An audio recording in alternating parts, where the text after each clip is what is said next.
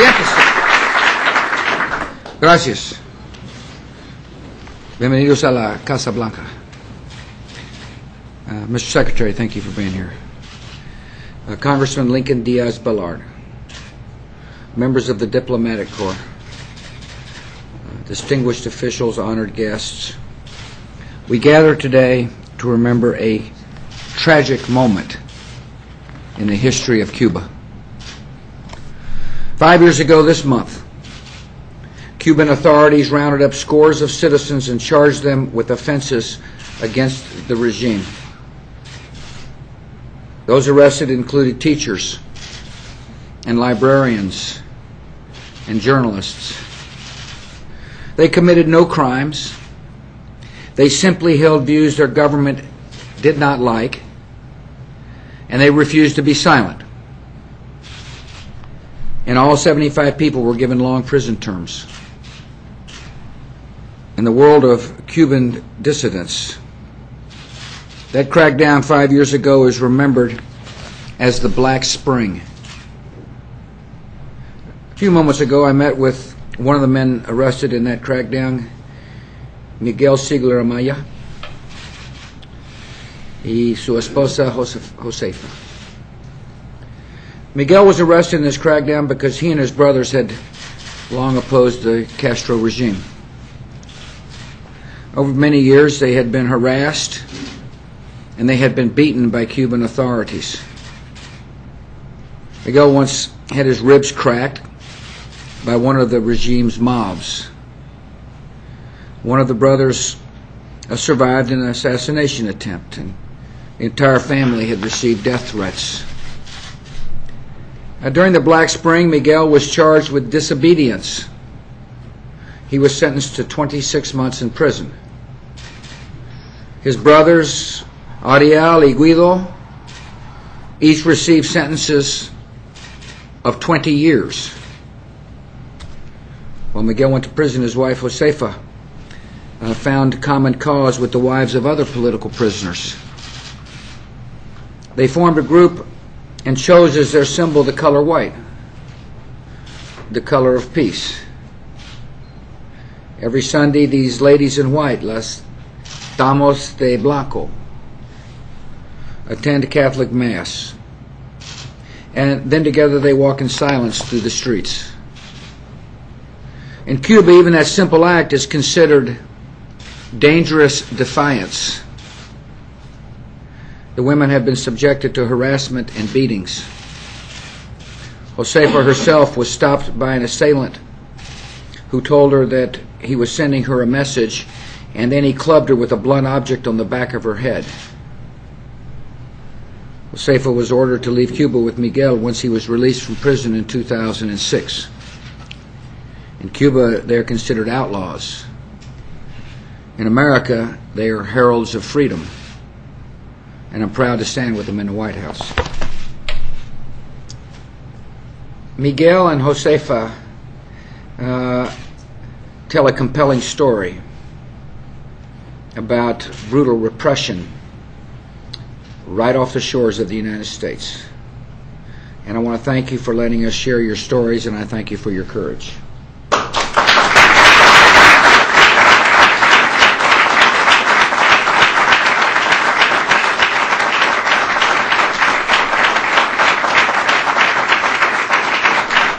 I've asked Josefa to please tell the ladies in white, las damas de blanco, that as they pray for a free Cuba, the American people, many American people, will pray for them. And we can be confident that a loving God will listen. For Miguel and Josefa, the horrors of life in Cuba are behind them, but millions of others are still trapped in the tropical gulag.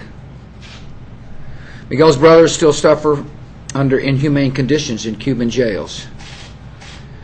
The ladies in white still bravely march for freedom.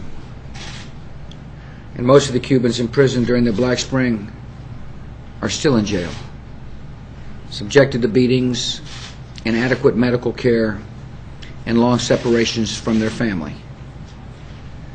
These prisoners of conscience live in daily torment, and so do hundreds of others.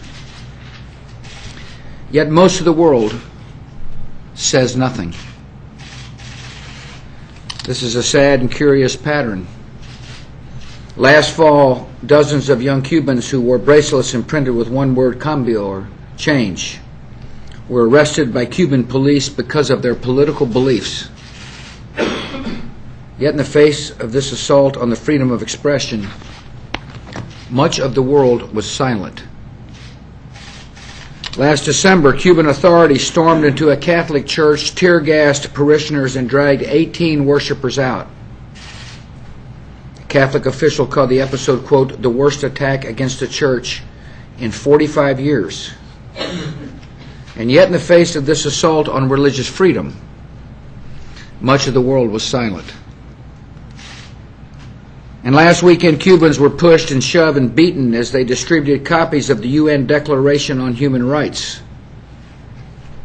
That same week, Cuba signed the International Covenant on Civil and Political Rights. The international community applauded Cuba for signing a piece of paper. But on the abuses that same week, much of the world was silent.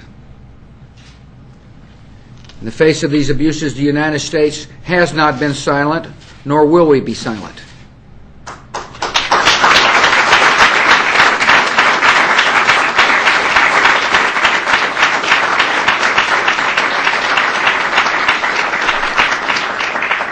We have been consistently joined in condemning the Cuban regime's brutal outrages by a small band of brave nations.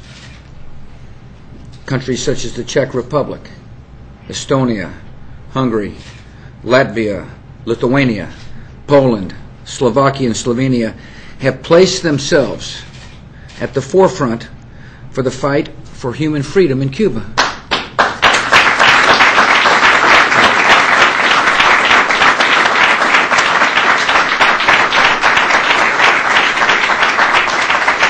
They recently lived through communist tyranny. They remember what life is like under the boot of the oppressor.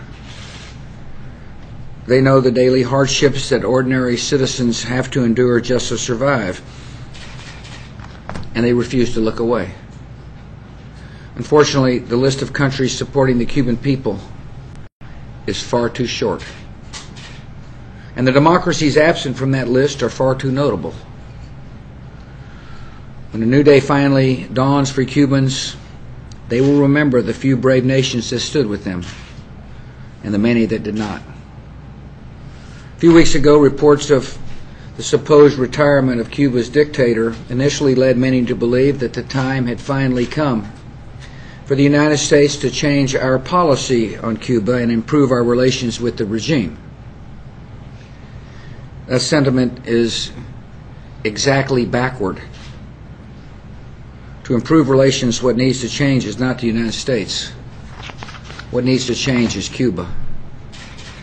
Cuba's government must begin a process of peaceful democratic change. They must release all political prisoners. They must have respect for human rights in word and deed and pave the way for free and fair elections. So far, all Cuba has done is replace one dictator with another, and its former ruler is still influencing events from behind the scenes.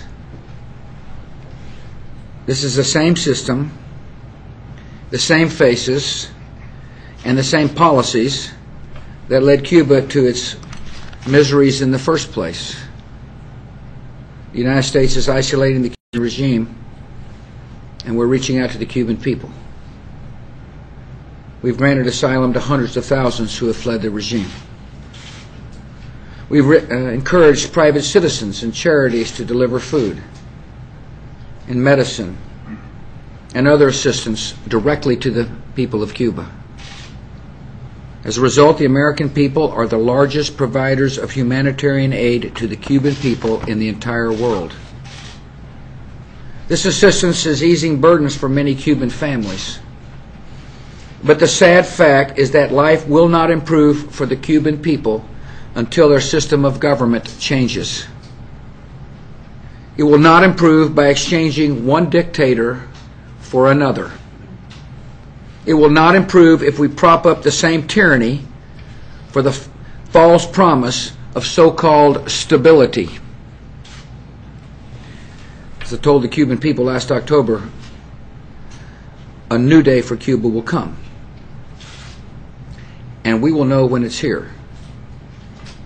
We will know it's here when jailers go to the cells where Cuban prisoners of conscience are held and set them free. We will know it is here when Miguel Sigler Amaya is reunited with his brothers, and they can say what they think and can come and go as they please. And we will know it is here when the ladies in white no longer make their silent vigils or live in constant fear of assault or arrest.